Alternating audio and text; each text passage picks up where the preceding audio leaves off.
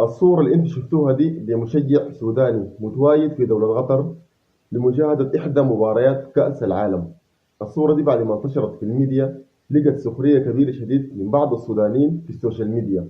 الصورة لقت سخرية ولقت تنمر كبير من بعض السودانيين، استهتروا بالصورة وبالزي السوداني. في بعض من الناس هاجموا الزول ده، في اللي استهتروا بيه وقال لي انت ما لاقي تاكل ماشي كاس العالم لشنو، وانت مالك مال كوره ما تخليك في بلدك. وناس استهتروا بيه ويستخفوا بيه لانه لابس الجلابيه السودانيه والطاقيه السودانيه.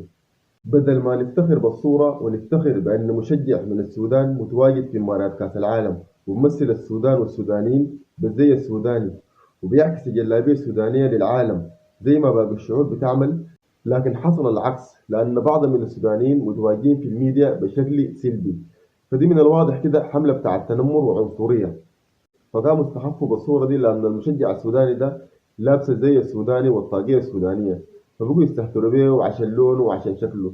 فدي بالتأكيد حملة تنمر ضده لأنه زول سوداني أصيل لبس اللبس السوداني وعايز يحدث اللبس السوداني لباقي الشعوب في العالم.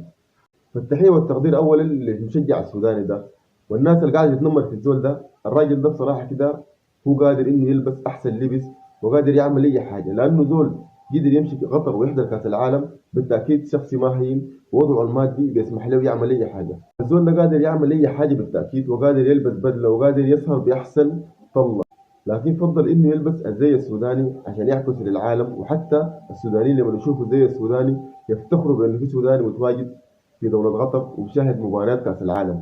لكن الأغلبية المريضين الناس الرجعيين نظروا للصورة دي باستهتار وبشماتة.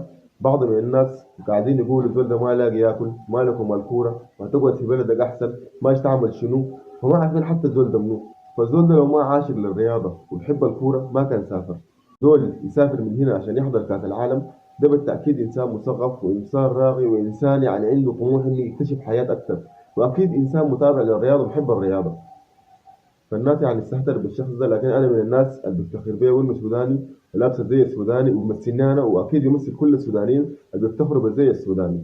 فالتحية والتقدير لعمنا ده والناس المريضين ديل، ربنا يشفيكم يا إخواننا. وبجد يعني يا إخواننا العنصرية دي لازم تجيب.